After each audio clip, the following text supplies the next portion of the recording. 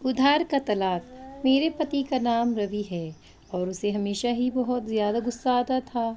अगर उसे कोई चीज़ पसंद नहीं आती थी तो इसका पता उसके आसपास मौजूद हर किसी को चल जाता था। हालांकि वह मस्ती मजाक भी बहुत करता था और उसकी इस आदत की वजह से मैं उसके गुस्से को नज़रअंदाज कर देती थी। हमने 18 महीने एक दूसरे को डेट किया था, करने के बाद शादी की थी। 2 साल होने में ही मेरे 2 बच्चे हो गए थे। जैसे जैसे समय बीतता जा रहा था, मैं अपने पति का कोई और ही रूप देख रही थी। वो पहले से ज़्यादा चिड़चिड़ा और गुस्सैल हो गया था। वो मुझ पर हमेशा चिल्लाता रहता था। ऑफिस में रवि का जल्दी ही प्रमोशन हो गया और उसका काम का बोझ बढ़ गया। वो बहुत ज़्यादा व्यस्त रहने लगा और घर पर भी बहुत कम समय देता था। बच्चों पर तो उसका बिल्कुल भी ध्यान नहीं था। घर के सारे काम से लेकर बच्चों की पूरी परवरिश मैं अकेले ही करती थी और जब भी मैं इसके बारे में रवि से बात करती तो वो मेरा मजाक उड़ाता था या फिर मुझ पर चिल्लाता। कभी कभी वो कहता था कि मैं और कर भी क्या सकती हूँ, अगर तलाक देना चाहती हूँ तो वो भी करके देख लूँ। और ये बोलकर वो ज़ोर ज़ोर से हंसता।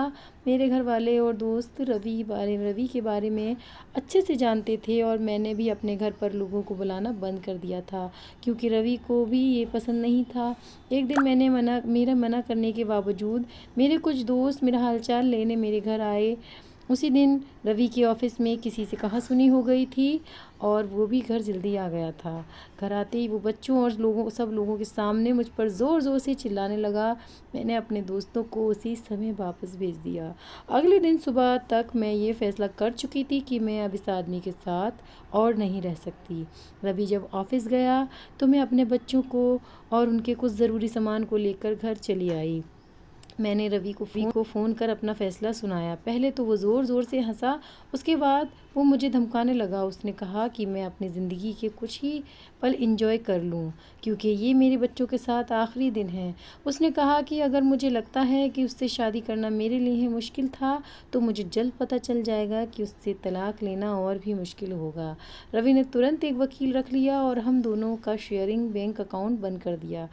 रवि हर दिन मेरे लिए एक नई मुश्किल खड़ी कर रहा था। मुझे लगता था कि उसके पास ऑफिस का बहुत काम रहता है, पर अब उसने अपना सारा समय मेरी ज़िंदगी नर्क बनाने में लगा दिया है। हम दोनों के बीच अब एक लड़ाई शुरू हो चुकी है। तलाक के लिए चल रही कानूनी लड़ाई जारी रखने के लिए मुझे अपने परिवार और दोस्तों पर बहुत निर्भर रहना पड़ रहा है।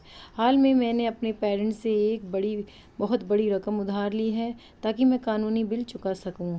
अब वो मेरे बच्चों को मुझसे दूर करने की कोशिश में लगा है। वो उन्हें बीच रास्ते में रोक कर गिफ्ट देता है, उन्हें पढ़ने नहीं देता, हमेशा बाहर खाना खिलाने के लिए ले जाता है। बच्चों के सामने वो बिल्कुल संत बन जाता है और फ़ोन पर मुझसे उल्टे सीधे मैसेजेस भेजता है और कहता है कि वो मुझे सबक सिखा कर रहेगा। पता नहीं एक्स हस्बैंड के साथ ये लड़ाई कहाँ जाकर ख़त्म होगी और कब मैं आधिकारिक तौर पर उससे अलग हो पाऊंगी। ये सोचकर मैं बहुत ही उदास हो जाती हूँ। कहानी सुनने के लिए आपका बहुत शुक्रिया। कहानी पसंद आई हो तो लाइक करिएगा, शेयर करिएगा और चैनल को सब्सक्राइब कर लीजिएगा और बेल आइकन को ऑल पर सेट कर दीजिएगा। Thank you.